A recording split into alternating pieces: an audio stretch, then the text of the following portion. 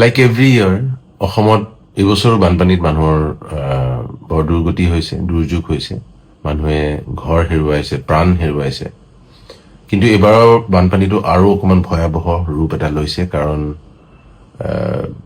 প্ৰথম কথা, নোহোৱা অঞ্চলত বানপানী হৈছে, শিৱসাগৰ অঞ্চলত বানপানী নহয়। আৰু অভাৰনাইট, ৰাতাৰাত পানী হৈছে। হঠাৎ বৰষুণ হৈ পাহাৰৰ পৰা ঢল বাগৰি আহি গাঁৱকে গাঁও উটাই নিছে। এনেই আমি দেখো যে নৈখন বৰষুণ দি ভৰি যায়।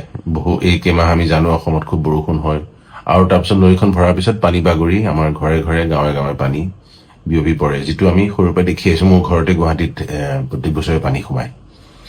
কিন্তু এই যিটো ৰূপ লৈছে বানপানী, হঠাৎ বৰ বেয়া অৱস্থা মানুহখিনিৰ। আমি খবৰ লৈছো, ফোনৰ কানেকশ্যন নাই, ইলেক্ট্ৰিচিটি নাই, খোৱা পানী নাই, এনেকুৱা হৈছেগে। কিন্তু এতিয়া সাহায্য মানুহে পঠিয়াইছে যথেষ্ট, আৰু বান বিভাগৰ পৰা গম পাইছো যে বান বিভাগে সাহায্য যথেষ্ট গোট খাইছে। কিন্তু তেওঁলোকৰ প্ৰব্লেম হৈছে যে পঠিয়াব কেনেকে জেগাবোৰ যেনেকুৱা অৱস্থা। কিন্তু কিছুমান জেগাত ৰিলিফ কেম্প বনাইছে। গতিকে আমি এটা কথা গম পালো, কি দৰকাৰ চেষ্টা কৰিছিলো, যে মানুহখিনিৰ খোৱা বোৱা যোগান ধৰিছে মানুহে, যদিও সৰু ল'ৰা ছোৱালীখিনি, একেবাৰে শিশুখিনি, কণমানি শিশুখিনিক খুৱাবলৈ, তাত খানা বনাবলৈ সেইটো এটা অসুবিধা হৈছে। গতিকে আমি ইনষ্টেণ্ট বেবী ফুড যিটো দৰকাৰ হৈছে, তাৰ কাৰণে আমি যোগাৰ কৰি আছো যিমান পাৰো।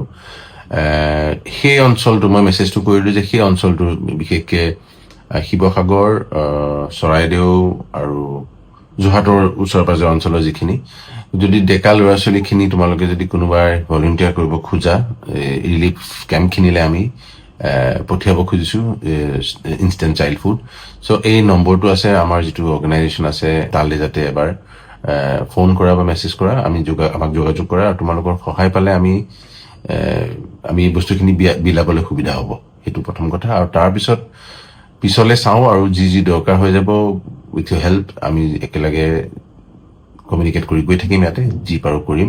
গতিকে খুব সোনকালে দৰকাৰ হৈছে সদ্যহতে এইখিনি দিয়া। গতিকে সোনকালে যাতে আমাক এই ফোন নম্বৰটো তলত যিটো লিখি দিছো, তালৈ যাতে এটা কল কৰা, যদি ভলেণ্টিয়াৰ কৰিব খুজিছা যিসকলে।